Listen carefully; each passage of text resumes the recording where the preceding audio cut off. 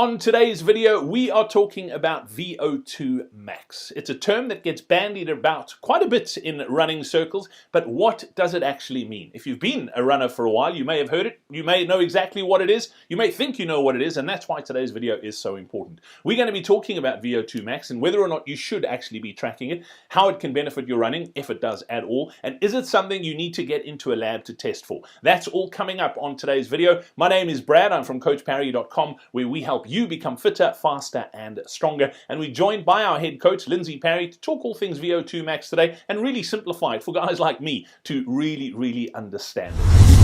Welcome back, Lindsey. Great to catch up. And today we are going to be talking about something or a term that gets thrown around quite often, and that is VO2 Max. And should we be worrying about it as a runner? I think before we get into should we be worrying about it, can you give us the layman's description or sort of what is VO2 Max for somebody who's heard of it but hasn't got a clue what it is? Yeah, so I mean, very simply put, VO2 max is the maximum amount of oxygen that your body can use in, and it's expressed in two ways, in liters per minute and in milliliters per kilogram of body mass per minute. So it's literally how much oxygen can your body use to produce energy. And that's where the term aerobic energy or aerobic energy system comes from. It is your body producing and utilizing energy in the presence of oxygen. So that's in a nutshell, and the max at the end of it is that is the most that you can possibly use. There is a complete misconception there that your VO2 max is your VO2 max and there's nothing that you can do to change it, because it's essentially also a mechanism of the demand. So if I'm horribly unfit right now, I go out and I run as hard as I can, I will just not be in a condition to really be able to maximize the muscles available, the energy pathways, the change of gas at the sites of the lungs into the blood, shifting it down to the muscles. I'll be able to maximize none of those processes. So my VO2 will be quite low relative for me. And then as I get fitter and fitter and fitter, and I'm able to demand more of my body, that demand for oxygen will go up, and so my VO2 max can go up. Okay, so there is a strong genetic link in terms of you and I will not have the same VO2 max. You're a much larger human being than I am, so it is possible that on an absolute basis you might have a slightly higher capacity, and therefore your body might in absolute liters per minute be able to use more oxygen. But as soon as we bring into effect the difference in our sizes, I'm going to completely outstrip you. You're probably going to be somewhere in the high 40s, and I'm in the low 70s, 70 milliliters of oxygen per kilogram of body mass per minute. And it is an important number in terms of performance, but at the very short answer to your question, is VO2 max important? It's not important unless you would like to be racing on the international stage. And even then, you will find that everybody who makes it on the international stage has a very high VO2 max. But not everybody who has a high VO2 max will make it on the international stage. And that's because things like running economy and biomechanics and there's many factors come into play that then will determine whether you are in fact an international level athlete. But for you and I, it's really not an extremely important number.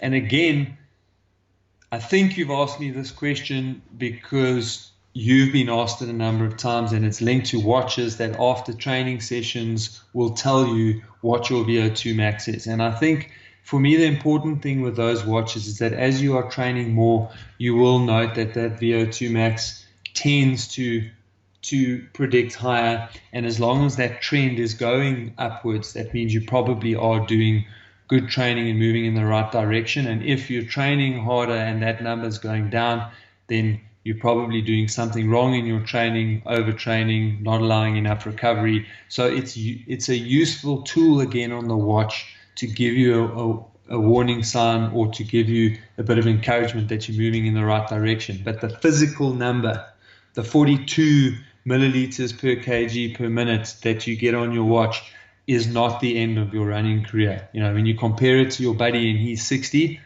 it's not the end of your running career, and quite frankly, it doesn't necessarily mean that he has got a higher one than you. If you want to know your VO2 max, go and measure it.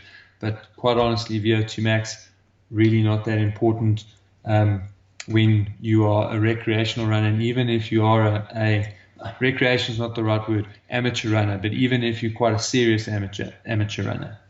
Lindsey, let's talk about the numbers quickly and how to test. I mean, some of the watches are now coming out with VO2 max numbers. How accurate are those numbers, and is there a more accurate way to test what your VO2 max is? Yeah, so the actual number is not accurate, and they all use different algorithms that are based on the speed that you're running at versus your heart rate.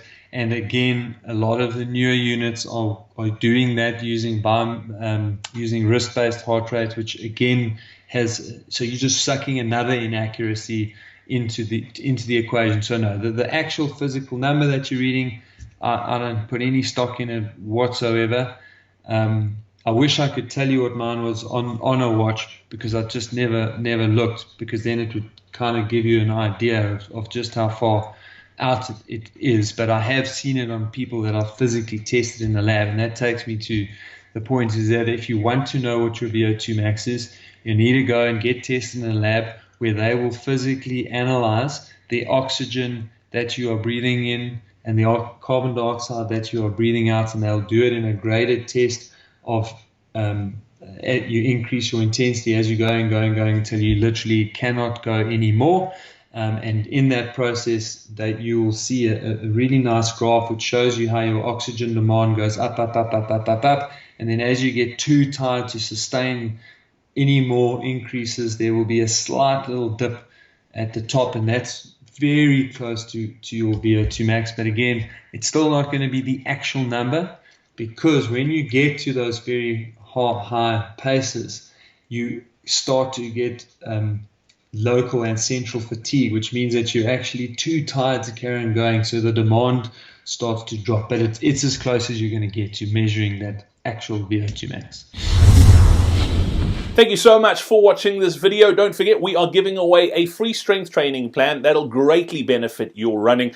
All you need to do is click on this link over here to download it. You can also check out our most popular video here on YouTube. You can click on this video over here to watch it. And if you want to check out our latest video, make sure you have a look at it over here. And then be sure to subscribe to our YouTube channel. That is so that you don't miss any of our upcoming videos.